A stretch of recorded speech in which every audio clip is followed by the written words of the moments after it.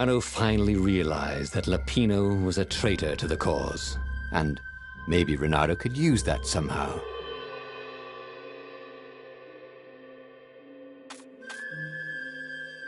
Renato couldn't quite put his paw on when he'd realized Lapino was working for the Empire. He'd never exactly seen Lapino sending coded messages to the palace, but he was sure. The rabbit had been on too many disastrous missions where he was the only survivor, or where he accidentally missed getting on the boat that went down to the abyss in flames. If Renato could prevent Lapino from getting back to the fleet with all the intelligence he'd probably gathered, it might be worth the trip.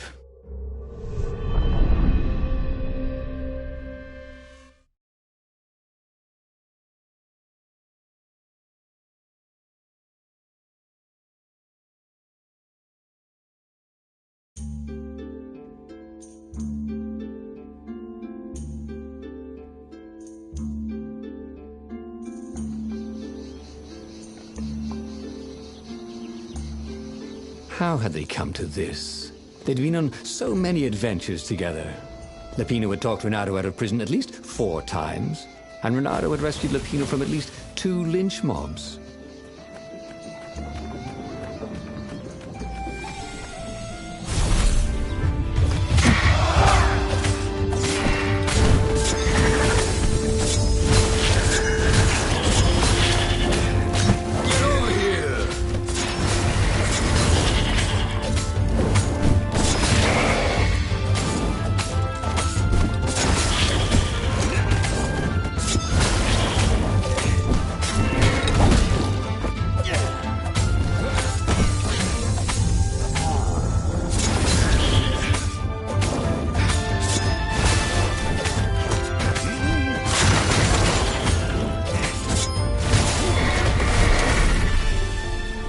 He'd always felt that the rabbit resented him. Lapino was hilarious because he was so down on himself and everyone else. But behind the laughs, he wasn't a happy camper. Was this payback? Or did the Empire have his little white tail in a vice?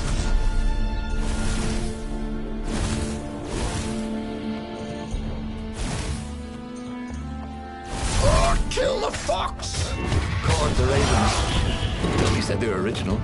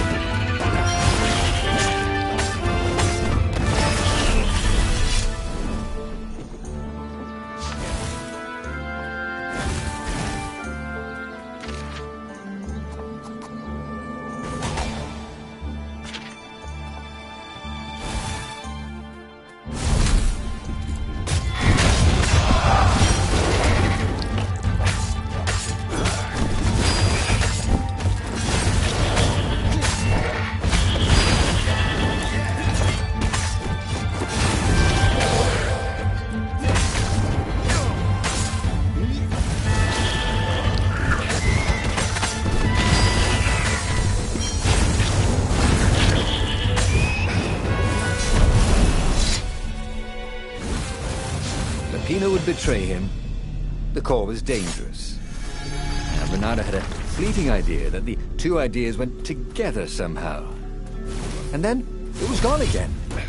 Oh, damn ideas. They never stuck around when you needed them.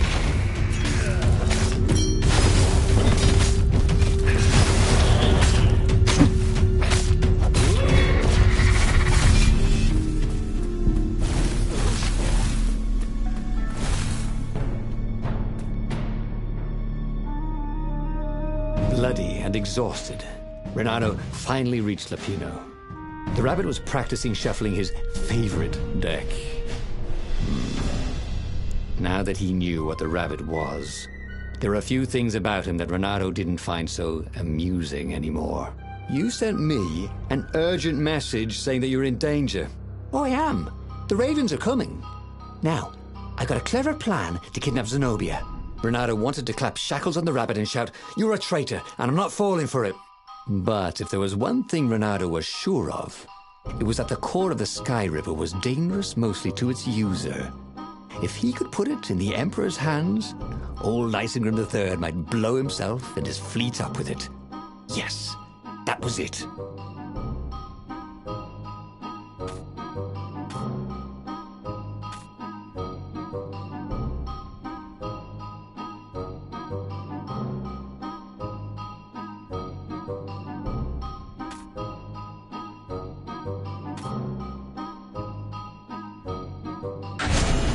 Renato felt like a real hero. Brave at the Skyripper's God's Eye core. Go get the core while you attack Zenobia, he told the rabbit. But wait, I've an even better idea. I'll get the core and you attack Zenobia, said the rabbit. Right, yeah, that is better, agreed Renato. Perfect. The traitor would make sure the Emperor got the core. Now Renato just needed the Emperor to use the core. If he could only get something that the Emperor wanted very badly. Zenobia. He could save her and bait the Emperor at the same time.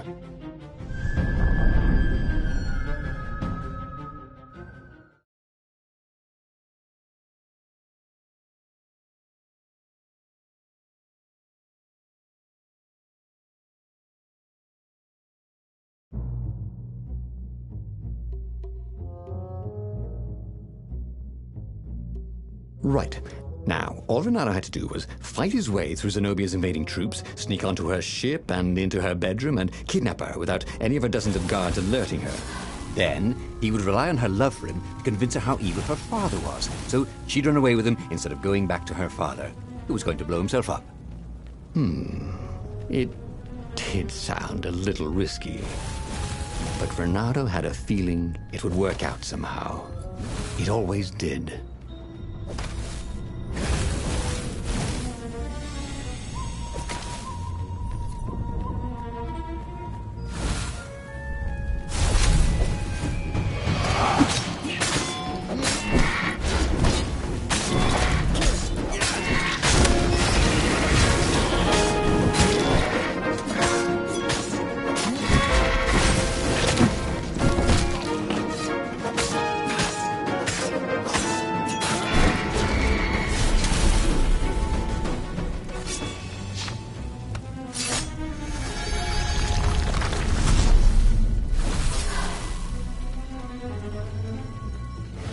So that's what they meant by a firewall. What unlocks a firewall?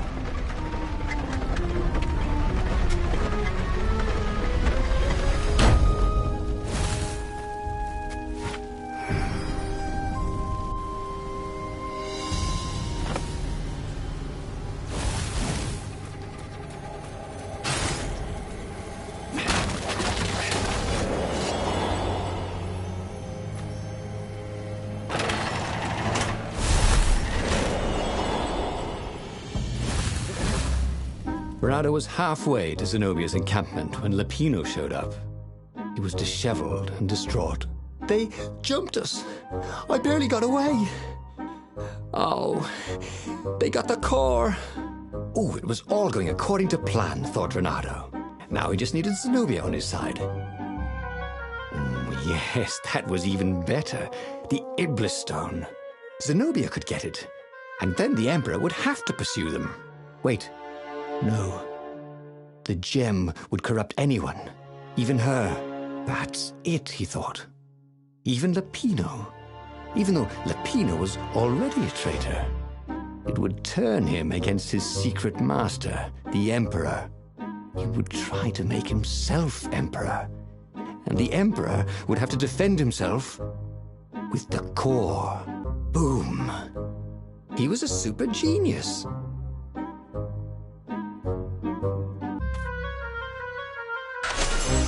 This is terrible, Renato told the rabbit. If only I had gone for the Iblis Stone. But now it's lost in enemy territory. He handed Lupino a map. It gives the bearer so much power. We can only hope the Emperor never finds it. What was that? Said Lupino. I think someone's following us. I didn't hear anything. Rabbit ears. You go on ahead. I'll check it out. And with that, Lupino hopped off with the map.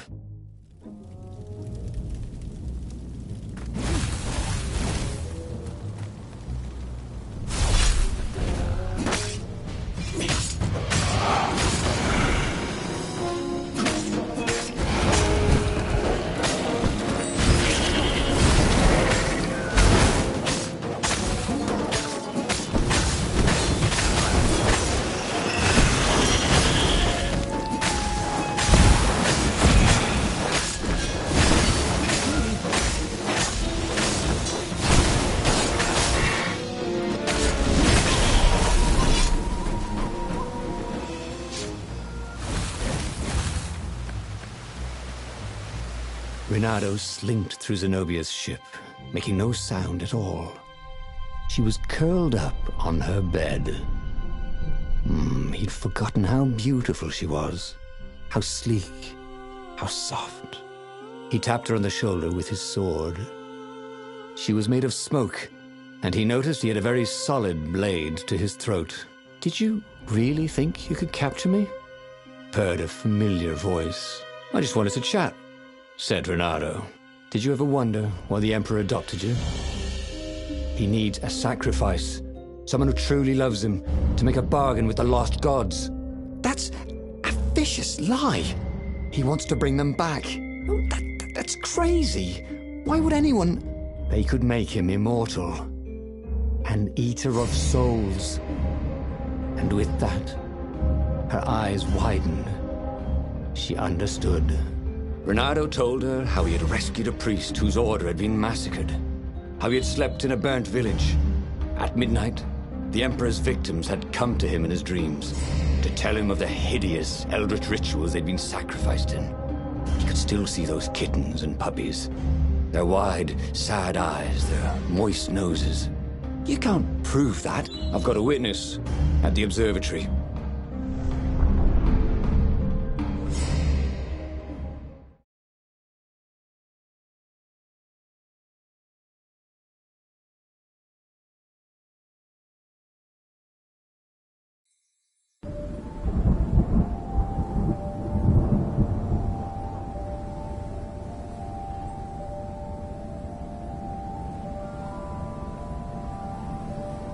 He couldn't tell her, not yet, why he was really here. He didn't want her to be anywhere near the fleet when her father blew himself and the Pino up. So he told her about how the Emperor's obscene rituals had raised ancient artifacts out of the land.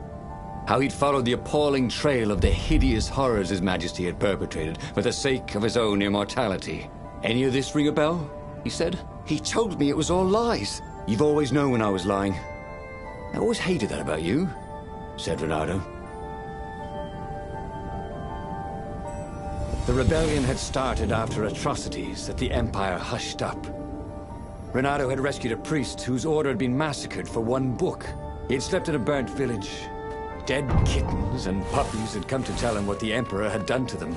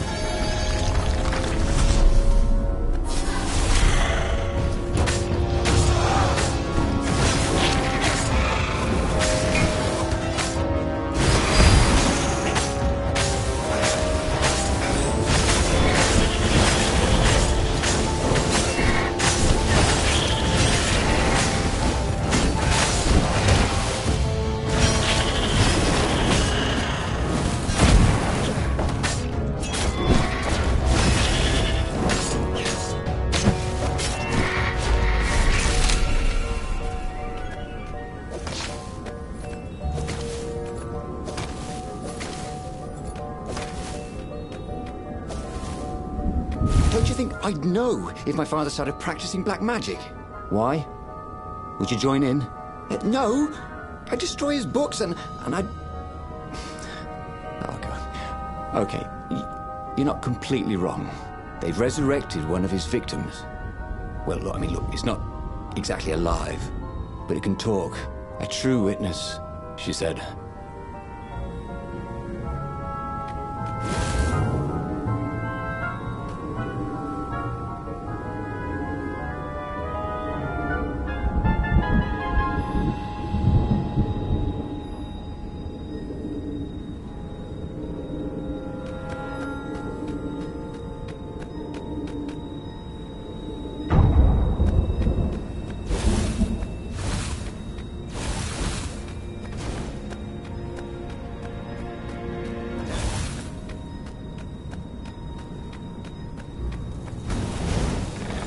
These were no ordinary cannonballs.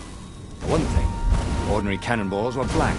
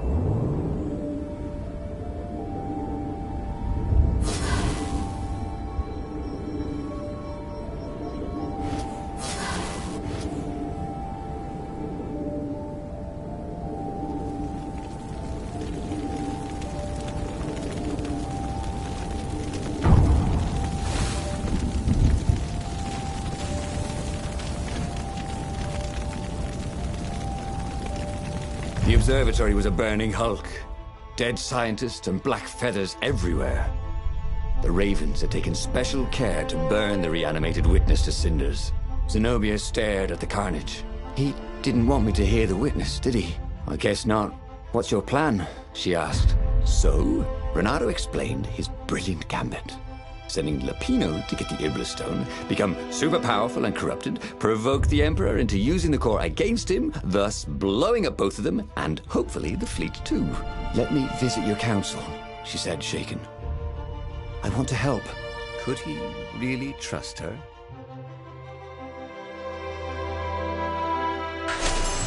He'd done it. He'd made Zenobia see how evil her father really was. He wished she didn't feel this urge to join in the rebellion. After all, he'd taken care of the Emperor, right?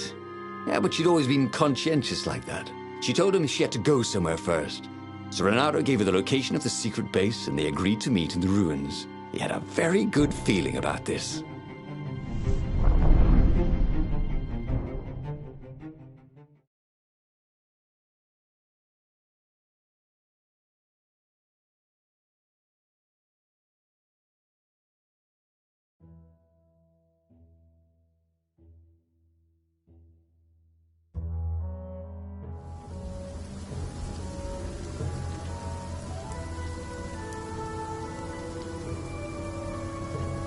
What had Zenobia gone off to do? What was more important than meeting the rebel council? Had he made a mistake, sending her to the ruins? No. He knew they could trust each other. He could trust her because she never broke her word. And she could trust him because she could see right through him. Well, she'd probably be there well before him. She at least didn't have to fight her way through rainstorms of ravens.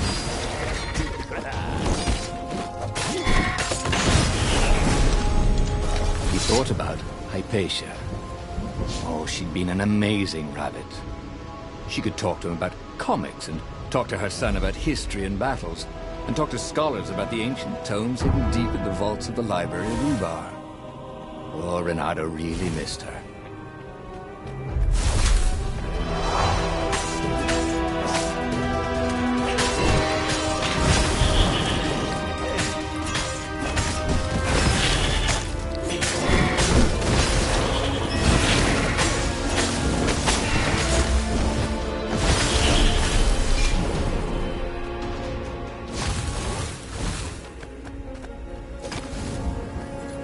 He knew the known knowns, and even some of the known unknowns.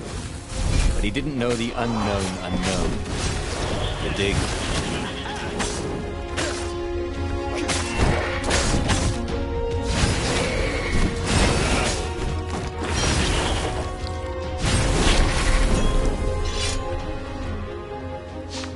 As he came around the bend, there was Lapino, unconscious on the side of the path. And Renato could smell a familiar, sweet, smoky scent. Who? Zenobia. It had to be. She never used a combat spell when she could use drowsy gas. That meant she had the Iblastone. What would it do to her? She hated her father now. She'd kill him for sure. The council wouldn't mind if she killed the Emperor, but murdering her father would destroy her. He had to get to whatever ledge she was on and talk her down from it. 2 eyes, good. 1 eye, dead.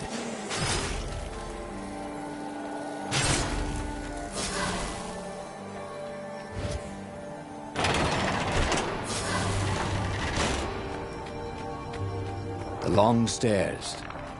So he was close to the rebel base. It was on fire. So far, so good.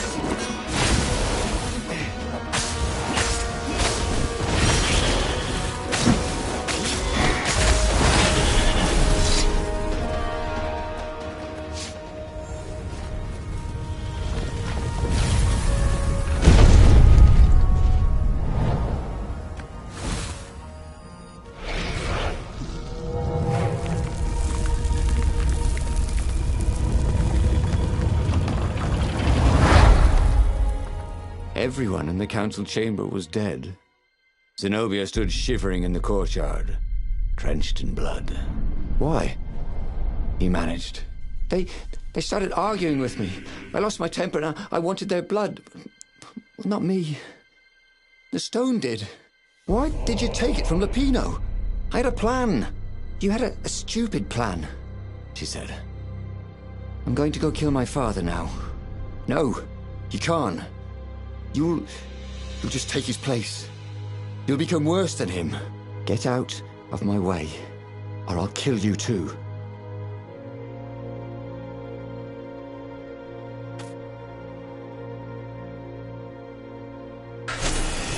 You won't kill me, he said. And I won't let you kill the Emperor. Enraged, she raised the sword. You hate him too? He could sense the Iblis stone, yearning for his death. But she didn't strike. If you kill him, it'll destroy you. I know you. Shut up! She shouted, her sword trembling. I won't lose you again. Not for anything. Get away from me, he said, and he was very close. I can't lose you again. And he was in reach of her sword now. I hate him! I hate you too! I love you, he said for the very first time. And then she was weeping. He was holding her.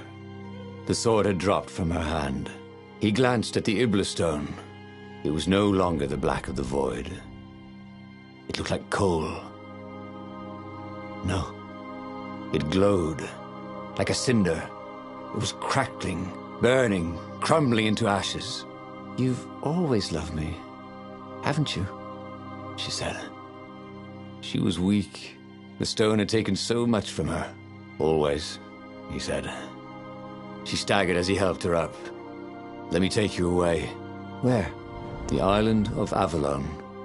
The sisters will heal you. He'll follow us. Then we need the Farfarer, the fastest ship in the Empire.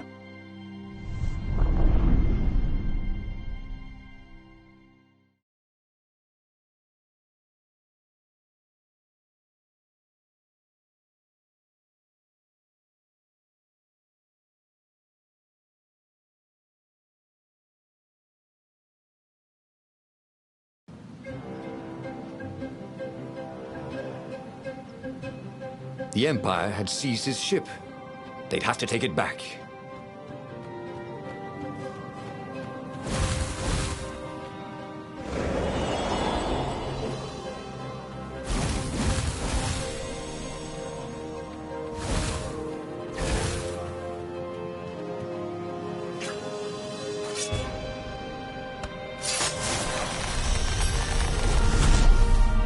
The road less traveled, thought Renato. How intriguing.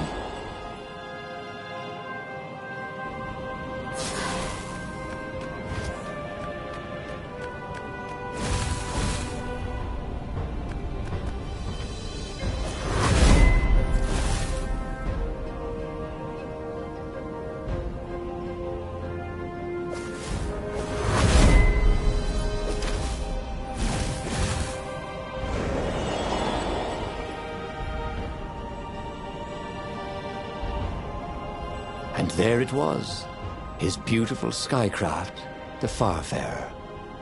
They would fare very far indeed, beyond the Empire, beyond the reach of the Empire, to the mystical island of Avalon. He didn't know exactly where it was, but he knew he could find it. And they would find peace there. Second star on the right, and straight on till morning, laughed Zenobia. And they laughed together for the first time in a long time.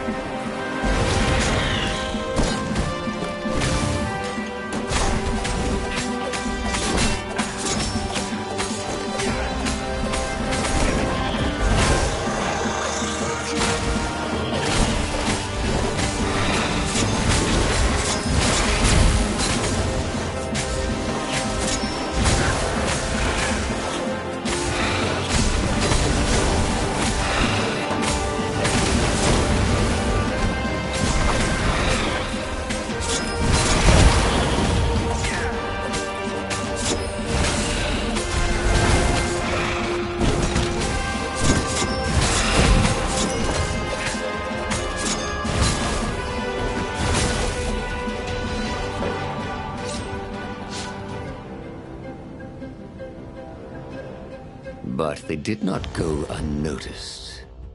Scout ships lifted off, and the long lance of the Imperial flagship. Bernardo turned downwind to gain speed. The Raven ships could pursue, but they couldn't close. The Far Speaker croaked, "You return her and live!" "Go sacrifice yourself," yelled Bernardo. "Then you won't have her either." On the flagship, the Emperor was readying some arcane weapon. It couldn't be. It was the core. A devastating beam lanced out of the flagship. Bernardo zigzagged wildly to keep the Farfare out of it. Now the Raven scout ships were closing the distance, and the beam was getting closer too. Then came a blinding flash, and the air was searingly hot all around him. There was a thunderous, deafening roar. He could smell burnt oak and burnt feathers and burnt flesh. But when he could hear and see again, they were alive and unhurt. And they were alone in the sky. Zenobia embraced him. They had done it. Through luck and through love, they had won the war.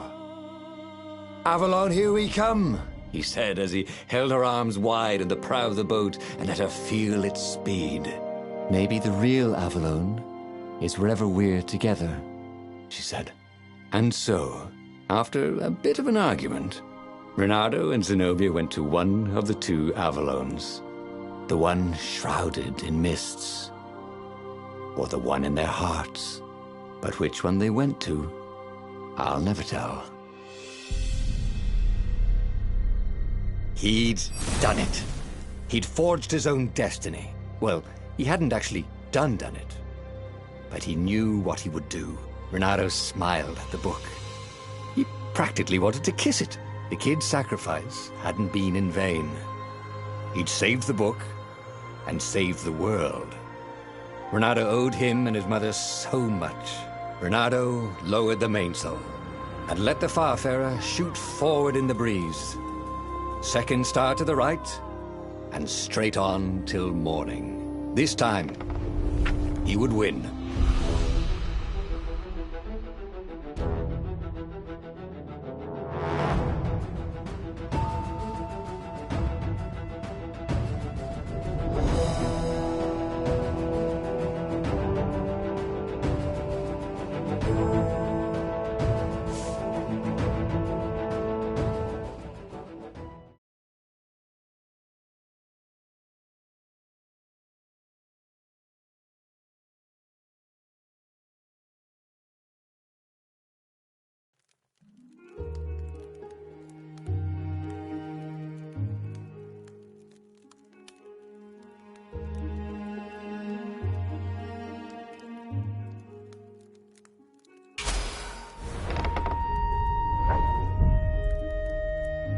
The clouds parted over the Isles of Boreas.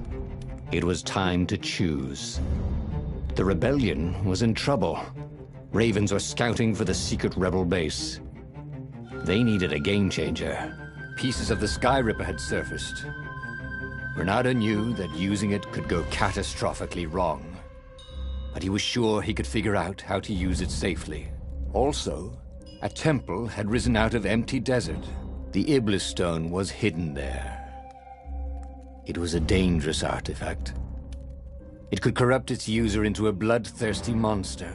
Maybe he could find a way to use it, to take its power without surrendering to its wickedness. And also, his old friend Lapino needed rescuing. Of course, Bernardo had a pretty strong suspicion that Lapino had betrayed the rebellion, and he had a gut feeling that he needed to use that to his advantage.